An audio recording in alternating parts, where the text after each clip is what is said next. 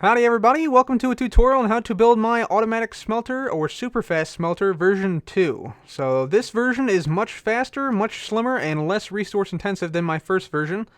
And I think it's pretty useful for anybody who has to do a lot of smelting in Minecraft. So how does it work? So basically you put your fuel in here. So you see I got some fuel in there already. I'm just going to go ahead and throw another stack of coal in there. And that will be distributed into a minecart chest behind this minecart chest. And in the meantime, I'm going to go ahead and throw my iron ore into this minecart chest, and we are going to turn this smelter on. The way you do that is just simply by flicking that lever down, and the carts get launched, and those basically distribute the ore and your fuel into the furnaces, and smelts everything up for you. Now, that's pretty cool, but you'll notice right now, our iron ingots are still in the furnace, so we can actually pull these out and get the XP from it, if we wish. Or, what we can do, so we can turn this lever, flick this lever up, and that will send the farm into collection mode. And now you'll see, if we take a look here, there is ores being pulled out of this furnace. And actually all the ores are currently being collected in this chest. So it has a toggleable on and off XP mode. So you can either pull the items out yourself or have them all collected for you in this chest here. So quite a useful feature. Another feature of this farm is that it basically tells you when you have items ready. So yeah, obviously items are flowing in now.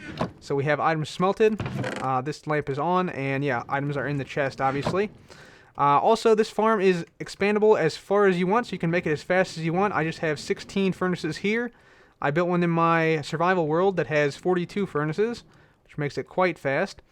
And this is already, no matter what you do, basically going to be quicker than a hopper system, or a hopper-based auto smelter. Because the hoppers take so long to transfer items, it's much faster just to use a minecart chest and put the items in directly than wait the 11.5 minutes to have the items filter in. Also, it's only 2 blocks wide, as I said, so it's very compact, and as you can tell, it uses very little redstone and materials. So, let's go ahead and get started, and let's see how to build this. To build this automatic super smelter, you're going to need the following resources in this chest. So you can see those there. A few quick notes. We have any block here. It doesn't necessarily have to be iron blocks. I just use iron blocks because they're easier to see redstone on. And then we are using 16 furnaces for this design. You can use more furnaces or fewer depending on what you need.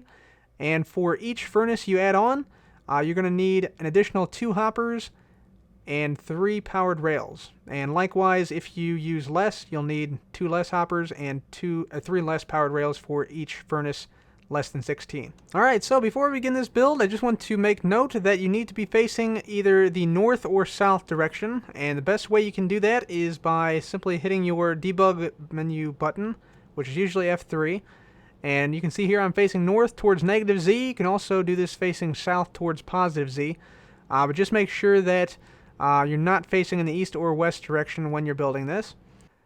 Alright, so now on to the tutorial. So we're going to start at the end of the smelter and work our way back. So go ahead and place down a block at the very end of your smelter. And this smelter design I'm going to build here is 16 furnaces long. Although you can go as long as you want or as short as you want. I'm going to build 16.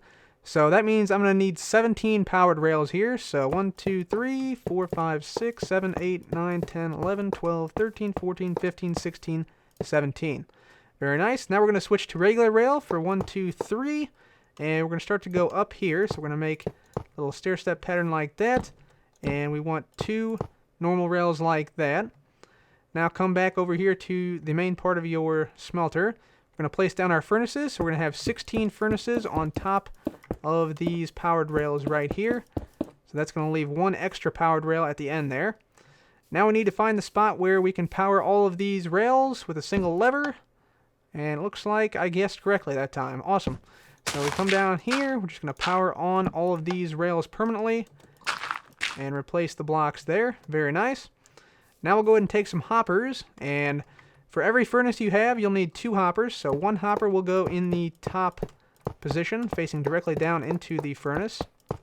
And the other one will go in the back side of the furnace, so that it faces into the furnace from the back.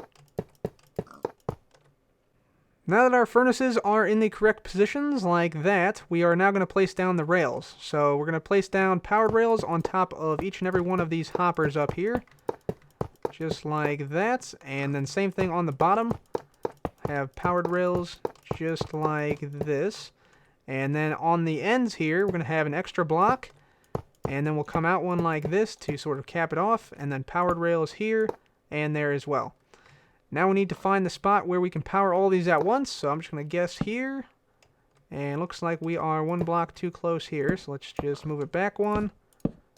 And there we go. So we have all of our powered rails powered simultaneously right now. Very nice. So from here, the next thing to do is to actually make the input. So let's go ahead and make a input here. We'll come out 1, 2, 3 blocks, and then we'll come up one on the fourth one. Same thing down here. Come out 3 blocks, up one on the fourth one. And we now need some regular rail, so let's grab some of that. 2 regular rail there, powered rail there. Same thing on the bottom, just like that. And we should have a lever placed on here. So now if we flick this lever on, we should see both of these rails come on. Nice. So our next step is going to be our fuel input. Our fuel input is very simple. Come to this back powered rail, place down a hopper, and then a chest right on top like that, and we're done with that.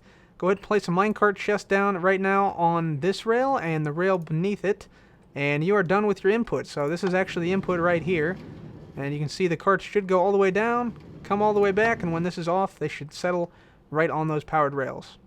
So our input is done now. We now have to just make the toggle between automatic and XP mode. So go ahead and place down a block right here. We'll place a hopper facing straight down into that block and then delete it.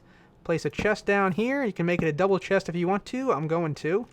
And then go ahead and grab some powered rails. Place a powered rail directly on top of the hopper and a block behind it. Now we want this hopper to basically, whenever the cart is on top, offloading items that it collected from the furnaces, we want it to not launch the cart. We want it to unload all its items first and then launch. So we're going to make a system that does that. So place a block here next to the chest, comparator facing out this direction, going into a block with a torch on it, block on top of that torch, and then a repeater facing back there. So that will work to launch the cart whenever it is not offloading items into the hopper. And then you also want to place a lever right here on this block, and this will basically allow you to turn it on and off. So this gives you the toggle functionality between automatic mode right here and XP mode right here. The final thing you have to do is just add a minecart with hopper to the top of this powered rail right here. And you are done. This farm is now fully operational. So again, your coal or your fuel goes into this chest up here, your ores go in here, and then you flick this down to start the smelting, just like that.